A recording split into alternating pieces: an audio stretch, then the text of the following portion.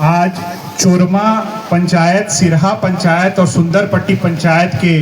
जो तमाम नागरिक निवासी हैं और पकड़ी दयाल प्रखंड से भी जो इतनी बड़ी संख्या में लोग आए हैं, आप सभी लोगों का मैं हार्दिक अभिनंदन और स्वागत करता हूं इस पर्यावरण और स्वास्थ्य संवाद कार्यक्रम को लेकर के। ये इसलिए भी बहुत महत्वपूर्ण है कि यह सिर्फ एक व्यक्ति विशेष की समस्या नहीं है, इस इलाके की हर एक व्यक्ति, हर एक घर परिवार की समस्या है, जिसका प्रभाव आने वाले समय में कई पीढ़ियों और कई नस्लों तक पड़ेगा। इसलिए आप सभी का बहुत बहुत धन्यवाद और हार्दिक अभिनंदन है कि इस इलाके के और चोरमा पंचायत के जो बच्चे हैं, विकास हैं, मंजीत हैं और बाकी सारे जो केसरी जी हैं, बाकी सारे लोग हैं, उनके प्रयासों को आपने सहयोग देने के लिए अपना समय निकाला, अपना बहुमूल्य समय निकाल करके अपने काम धंधा को छोड़ करके आप आए हैं। इसके लिए मैं बहुत बहुत आप सभी का हार्दिक अभिनंदन और धन्यवाद करता हूं। साथ ही हमारे मित्र जिनसे शुरुआती मुलाकात या बातचीत अमेरिका में हुई और वर्तमान में वह एक संस्थान के हेड के तौर पर बेनेट यूनिवर्सिटी में हैं और इससे पहले वो येल और सदर्न मेथोडिस्ट यूनिवर्सिटी के शोधकर्ता रहे हैं, प्रोफेसर संजीव कुमार जी। संजीव कुमार जी के बुलाने का एक बड़ा उद्देश्य ये था कि जब भी कोई समस्या, आम समस्या जब सार्वजनिक स्वास्थ्य या पर्यावरण जैसे बहुत महत्वपूर्ण मुद्दे को लेकर के होती है तो एक बौद्धिक विमर्श की बहुत बहुत आवश्यकता होती है। यह कोई राजनीतिक अखाड़ा नहीं है और ना ही इसकी कोशिश है कि इसको राजनीतिक दृष्टिकोण से सिर्फ विमर्श किया जाए, मगर एक बौद्धिक विमर्श कराने के लिए एक उस सोच के व्यक्ति को यहाँ बुलाया गया कि जिसके बीच समाज के सभी लोगों को बुला करके इसका एक विमर्श स्थापित किया जाए कि भविष्य की क्या कार्यनीति हो, इस पर बातचीत हो सके। तो मैं इसके लिए संजीव जी का हार्दिक अभिनंदन और स्वागत करता हूं कि वह अपना समय निकाल करके आए। साथ ही चोरमा पंचायत के पैक्स अध्यक्ष चंद्रिका राय जी, जो हर मौके पर हमारा हौसला अफजाई करते हैं, हमारे साथ खड़े रहते हैं, मैं उनका भी बहुत बहुत शुक्रगुजार करता हूं और उनके बेटे रवि का भी बहुत शुक्रगुजार करता हूं कि रवि हमारी बातों को दूर तक पहुंचाने के लिए हमेशा सहयोग करते हैं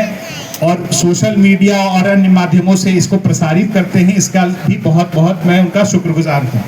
साथ ही यहाँ के समाज सेवी बीरा प्रसाद यादव जी, एक मजबूत लड़ाई लड़ने वाले युवा, और जो मैं सही मायने में कहूँ तो यहाँ के विकास और मंजीत जब मुलाकात हुई तो रंजीत पटेल और विकास से जब मुलाकात हुई तो काफ़ी प्रेरणादायक रहा उनका वो जज्बा, उनके अंदर जो ये निर्भीकता थी शासन प्रशासन से सवाल करने की। मैं मानता हूं कि निजी तौर पर मैं बहुत कम लोगों से इस इलाके में मिला हूं, उनकी सोच के मैं उनका बहुत बहुत शुक्रगुजार करता हूं कि उन्होंने हमारा ध्यान आकर्षण इस मुद्दे पर करवाया। साथ ही हमारे करीबी चंदेश्वर सिंह जी, शिवशंकर सिंह जी, जमरुद्दीन सिंह जी, बीएन दास जी, कुंदन केसरी जी और उनके समेत यहाँ पे जितने भी आप सभी भाई बंधु आए हैं, माताएं आई हैं, बहनाएं आई हैं, युवा आए हैं, आप सभी लोगों का मैं एक बार फिर से हार्दिक अभिनंदन करता हूँ। और साथ ही जितने मीडिया के साथी हैं और मैं विशेष अभिनंदन और धन्यवाद देता हूं कि हिंदुस्तान टाइम्स के जो संपादक हैं, हमारे करीबी मित्र हैं अरुण कुमार जी, वह भी अपना समय निकाल करके पटना से आए हैं इस कार्यक्रम को कवर करने के लिए। मैं उनका भी बहुत बहुत शुक्रगुजार करता हूं। साथियों, चूंकि ये राजनीतिक मंच नहीं है तो मैं इसको राजनीतिक संबोधन की तरफ बात नहीं करूंगा, मगर ये एक बड़ा सवाल है हमारे इलाके और हमारे समाज के लिए कि एक समाज जो इतना एकजुट हो, इतना संजीदा हो, उसके संजीदगी, उसकी एकजुटता के बावजूद जो है इतना बड़ा मानवता के खिलाफ एक अपराध किया गया उसके गांव में आकर के। यह कचरा घर नहीं है, यह मानवता के खिलाफ अपराध है। और यहाँ के जो भी शासन प्रशासन के लोग हैं, जो भी ठेकेदार हैं, जो भी यहाँ का जनप्रतिनिधि है, वो अपराधी है और उसको कई पीढ़ी तक मैं उम्मीद करता हूँ कि यहाँ के लोग और समाज माफ नहीं करेगा। ये एक हफ्ता पहले की बात है। कई साथियों ने बताया कि एक हफ्ता 10 दिन पहले उन्होंने मुझसे संपर्क किया था। जब मैं प्रत्यक्ष रूप से देखा तो मुझे निजी तौर पर बहुत पीड़ा हुई कि कैसे एक व्यक्ति इतनी क्रूरता के साथ इतने सुंदर जगह को बर्बाद करने के बारे में सोच सकता है। चाहे वो डीएम हो, एसडीओ हो, बीडीओ हो, चाहे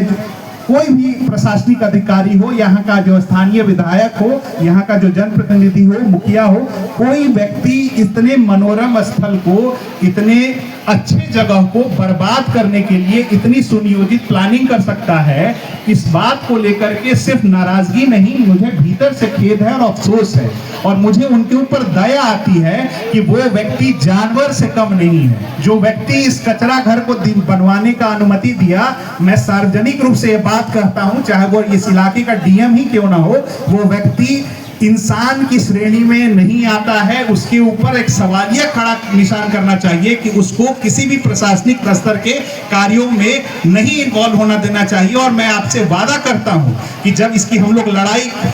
प्रशासनिक स्तर से लेकर के कोर्ट तक जाएंगे तो मैं ये लाइन लिखवाऊंगा कि इस तरह के लोग, जिन लोगों ने इसकी अनुमति दी है और बनाया है, उनको जीवन काल में कभी भी आम लोगों से संबंधित सार्वजनिक किसी भी निर्णय को देने से रोक दिया जाए। वो लोग इस लायक नहीं है।